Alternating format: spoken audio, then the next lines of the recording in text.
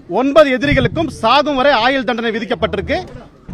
இந்த வழக்கை பொறுத்த வரைக்கும் கூட்டு பாலியல் பலாத்காரம் 376D மற்றும் தொடர்ந்து கூட்டு பாலியல் பலாத்காரம் செய்ததுக்காக 376(2) ஆகிய மேஜர் பிரிவுகளில் வந்து ஆயுள் தண்டனை விதிக்கப்பட்டிருக்கு.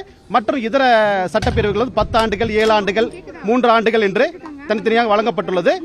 அதிகபட்ச தண்டனையாக 9 எதிரிகளுக்கும் சாகும் வரை ஆயுள் தண்டனை விதிக்கப்பட்டிருக்கு நீதிமன்றத்தால். பாதிக்கப்பட்ட பெண்களுக்கு மொத்தமா பாதிக்கப்பட்ட பெண்களுக்கு 85 லட்சம் ரூபாய் நீதிமன்றம் வந்து காம்பன்சேஷன் அவார்ட் பண்ணிருக்காங்க. இந்த வழக்கோட தீர்ப்பு நீங்க எப்படி பாக்குறீங்க சார்? இதுவரை பல வழக்குகள் நடந்திருப்பீங்க. இந்த பர்టిక్యులர் தீர்ப்பு எப்படி நினைக்கிறீங்க? இந்த தீர்ப்பு வந்து வரவேற்கப்பட்ட தீர்ப்பு. சிபிஐயோட முயற்சி, எங்களோட முயற்சி வீண் போகல. நல்லபடியா வந்து இது வந்து சாட்சிகள் பரிமாறிக்கப்பட்டிருக்கு. அது நீதிமன்றம் நல்ல முறையில் வந்து கன்சிடர் பண்ணி நியாயமான தீர்ப்பு வழங்கியிருக்கும் நாங்க நினைக்கிறோம். நீதிபதி என்ன சொல்லிருக்காங்க சார்? ஏதாவது விஷயத்தை மேற்கோள் காட்டியிருப்பாங்க இல்லீங்களா? அதாவது இந்த மாதிரி வழக்குகள், இந்த பாதிக்கப்பட்ட பெண்களோட கிராவிட்டி, இந்த வழக்கோட தன்மை, இதன் அடிப்படையில் தான் இந்த தண்டனை வழங்கப்பட்டிருக்கு அப்படின்னு சொல்லியிருக்காங்க. மேலும் காம்பன்சேஷன் வந்து டிஸ்ட்ரிக்ட் லீகல் சர்வீஸ் அத்தாரிட்டிக்கு உத்தரவு போட்டிருக்காங்க. காம்பன்சேஷன்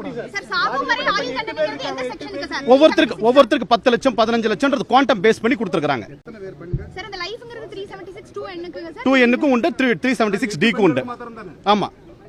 இந்த வழக்கை பொறுத்த வரைக்கும் சார், இப்போ ஃபைனல் ஆர்குமெண்ட்ல நீங்க பேசிருப்பீங்க. என்ன நடந்தது? ஃபைனல் செக்மெண்ட்ல என்ன நடந்துச்சுன்னு சொல்லுங்க. ஃபைனல் ஆர்குமெண்ட்ல பொறுத்தவரைக்கும் நம்ம சாட்சி விசாரணைகள், நம்ம தாக்கல் செய்த ஆவணங்கள், சான்று பொருட்கள், இது எல்லாத்தையும் அடிப்படையில் நம்ம வாதங்களை வச்சோம். இதை பொறுத்த வரைக்கும் வாய்மொழி சாட்சிகள் மற்றும் மின்னணு சாட்சிகள் ரெண்டுத்தையும் வந்து ஈக்குவலா வந்து நம்ம பிரசன்ட் பண்ணிருக்கோம். ட்ரையல்ல இன்வெஸ்டிகேஷன்ல கலெக்ட் பண்ண முக்காவாசி மேக்ஸிமம் டாக்குமெண்ட்ஸ், எவிடன்ஸ் எல்லாத்தையும் பிரசன்ட் பண்ணிருக்கோம். ட்ரையல்ல கோர்ட் அதை ப்ராப்பரா அப்ரிஷியேட் பண்ணிருக்காங்க. அதை பண்ணி இன்னைக்கு வந்து இந்த தீர்ப்பை வந்து வழங்கியிருக்காங்க. அபராத அமௌண்ட் வந்து மொத்தம் ஒவ்வொருத்தருக்கும் வந்து 30,000 40,000 வரைக்கும் ஒவ்வொரு எதிரிக்கு வழங்கப்பட்டிருக்கு. ஏன்னா அவங்க வந்து 6 ஆண்டுகளாக வந்து நீதிமன்ற காவலில் தான் இருக்கிறாங்க. அதனால இது ஃபைன் அமௌண்ட் பொறுத்த வரைக்கும் 376D மற்றும் 376(2N) இந்த சட்டப்பிரிவுகளில் வழங்கப்பட்ட ஃபைன் அமௌண்ட் வந்து பாதிக்கப்பட்ட பெண்களுக்கு போய் சேரும். சார், நீங்க மேக்ஸிமம் ப்ராசிக்யூஷன்ல மேக்ஸிமம் பனிஷ்மென்ட் கேட்டிருந்தீங்க. அந்த மேக்ஸிமம் பனிஷ்மென்ட் கொடுத்திருக்காங்க. இப்போ நீதிபதி சொல்லும்போது ஏதாவது விஷயத்தை மேற்கொள்ள முக்கியமான வழக்குங்கிறனால ஏதாவது குறிப்பிட்ட விஷயங்களுக்கு ஒரு பனிஷ்மென்ட் இல்ல, அதான் நான் சொன்னேன். அதாவது இந்த வழக்கோட தன்மைகள், இந்த பாதிக்கப்பட்ட பெண்களோட அந்த சாட்சியங்கள், இது எல்லாம் இந்த கிராவிட்டி, இது எல்லாத்தையும் கன்சிடர் பண்ணி தான் கோர்ட் தீர்மானிச்சிருக்கதா சொல்லியிருக்காங்க. A1 ல இருந்து A9 வரை அந்த ஆர்டர் காப்பி இது சொல்லுங்க சார். ஒவ்வொருத்தருக்கு என்னென்ன சரி, இது ரெமிஷன் எப்படி சார் மேல்முறையீடு பண்றதுக்கான வாய்ப்புகள் இருக்கு? எப்படி மேல்முறையீடு பண்றதுக்கான வாய்ப்புகள் அவங்க எதிர் தரப்புல போவதற்கான வாய்ப்புகள் இருக்கு. உயர் நீதிமன்றத்துக்கு போவதுக்கு வாய்ப்பு இருக்கு. அதனால வந்து அதை பத்தி நாங்க தீர்மானிக்கிறதுல அது வந்து 30 நாட்களுக்குள்ள அவங்க மேல்முறையீடு போகணும் அப்படின்றது சட்டம்.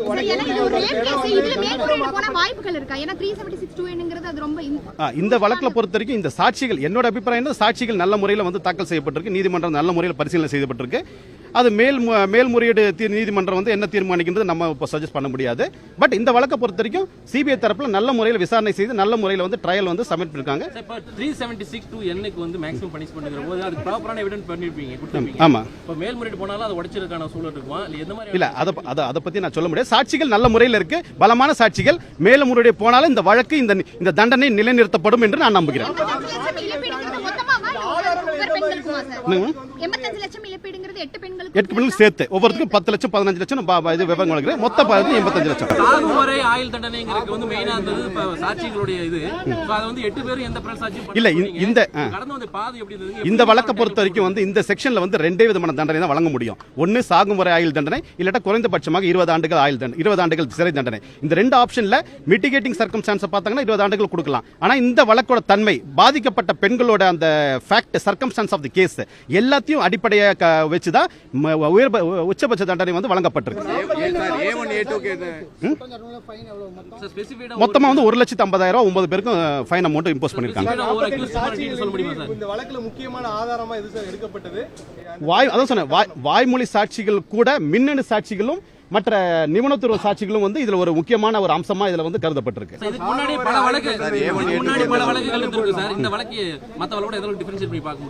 இந்த வழக்கு வந்து எப்படின்னா ஒரு 8 வழக்க ஒன்னா விசாரிச்ச வழக்கு இது.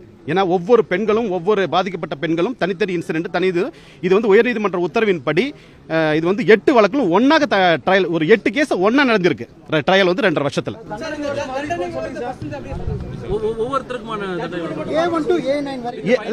A1 பாத்தீங்கன்னா அந்த டீடைல்ஸ் இன்னும் எங்க கிட்ட வரல. இது வந்து கோர்ட்ல வந்து சொன்னதான் நாங்க சொல்லிருக்கோம். டீடைல்ஸ் வந்ததுக்கு அப்புறம் I will give the split up. A1 Sabarirajan அவருக்கு வந்து மொத்தம் 4 ஆயுள் தண்டனைகள். 4 பெண்களை பார்த்தா 4 கவுண்ட் அவருக்கு 4 ஆயுள் தண்டனைகள். எதிரி 2 திருநாவுக்கரசுக்கு 5 ஆயுள் தண்டனைகள். எதிரி 3 சதீஷுக்கு 3 ஆயுள் தண்டனைகள். எதிரி 4 வசந்தகுமாருக்கு 2 ஆயுள் தண்டனை. எதிரி 5 மணி என்கிற மணிவண்ணனுக்கு வந்து 5 ஆயுள் தண்டனை. எதிரி 6 பாபுக்கு 1 ஆயுள் தண்டனை. எதிரி 7 ஹரானிமஸ் பாலுக்கு வந்து 3 ஆயுள் தண்டனை. எதிரி 8 அருளானந்தத்துக்கு 1 ஆயுள் தண்டனை. எதிரி 9 அருண்குமாருக்கு 1 ஆயுள் தண்டனை. சார் இப்போ இந்த பர்டிகுலர் கேஸுடைய இதுல இந்த அதிகபட்சமான கிரைம் ப்ரூவன் ஆனது எந்த அக்யூஸ்டுக்கு அவங்க என்ன மாதிரி சார்? அதிகபட்சமா வந்து அதான் சொன்னேன், எதிரி 2 திருநாவுக்கரசுக்கு 5 ஆயுள் தண்டனை ப்ரூவ் ஆயிருக்கு. என்னென்ன கேஸ்ல அவர் வந்து அந்த பாதிக்கப்பட்ட பெண்கள் வந்து 5 பாதிக்கப்பட்ட பெண்கள் சம்பந்தமான இதுல வந்து வழக்கில் அவர் இருக்காரு. அதனால தான் அந்த 5 கூட்டு பாலியல் பலாத்கார வழக்கில் இருக்காரு.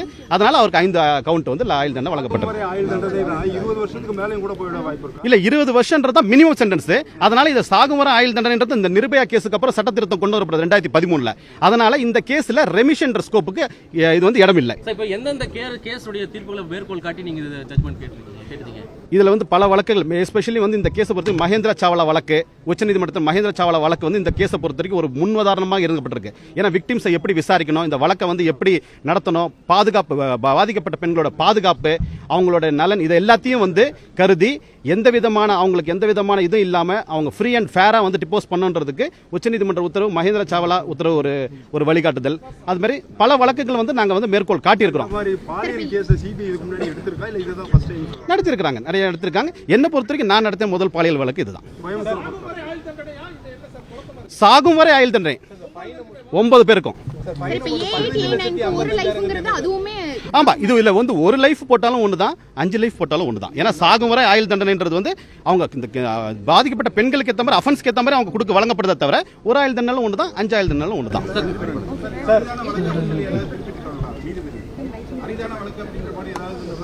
இல்ல அரிதான வழக்குன்ற மாதிரி எதுவும் இல்லை. ஏன்னா இதுல வந்து உச்சபட்ச தண்டனை, அரிதான வழக்குன்றது வந்து உங்க மரண தண்டனை அந்த மாதிரி வழக்கு தான் சொல்லப்படுது. இது வந்து உச்சபட்ச தண்டனை வழங்கப்பட்டிருக்கு. அதாவது அந்த 1,56,000 ரூபாய் ஃபைன் அமௌண்ட் மட்டும் இல்ல, மொத்தமா சேர்த்து அது ஒரு தனித்தனியா வழங்கப்பட்டிருக்கு, மொத்தமா சேர்த்து. இப்போ நீங்க கேட்ட ஜட்மெண்ட் அப்படியே வந்திருக்குது. இப்போ ஆப்போசிட்ல கொடுத்து எடுபடலையா?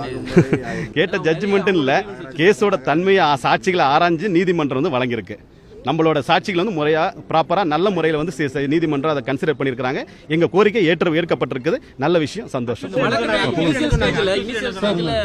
பாதிக்கப்பட்ட தரப்புடைய பெயர்கள் வெளியே பிரச்சனை நடக்குது. ஆனா அதுக்கப்புறம் நீங்க சிபிஐ விசாரணை வந்ததுக்கு அப்புறம் எந்த விதமான பெண்களோட பாதிக்கப்பட்ட பெண்களோட விவரங்கள் வெளியே வராம ரகசியமான முறையில் நடைபெற்று இந்த வழக்கு வந்து சாட்சி கொடுக்குற வரைக்கும் அவங்க சுதந்திரமா வந்திருக்காங்கன்றது சிபிஐயோட இன்வெஸ்டிகேஷன் வந்து ஒரு பிளஸ் பாயிண்ட். எப்படி நடந்தது சார்? ஏன்னா இவ்வளவு தெரியாத அளவுக்கு நீங்க அதுதான் வந்து சிபிஐ வந்து ரகசிய குழுக்கள் அமைத்து அவங்க குடும்ப நபருக்குள்ள தெரியாம ரகசியமா அவங்களை பர்சியூட் பண்ணி அவங்களுக்கு கவுன்சிலிங் கொடுக்குறவங்களுக்கு கவுன்சிலிங் கொடுத்து அவங்களை சமாதானப்படுத்தி அவங்க ரகசியங்கள் காக்கப்படும் என்ற உறுதிமொழியை கொடுத்து அவங்களுக்கு வந்து பலவிதமான ஒரு தைரியமும் கொடுத்து தான் இந்த வழக்கில் வந்து நாங்கள் கொண்டு வந்திருக்க பாதுகாப்பா சேலம் மத்திய சிறைக்கு தான் கொண்டு போறாங்க.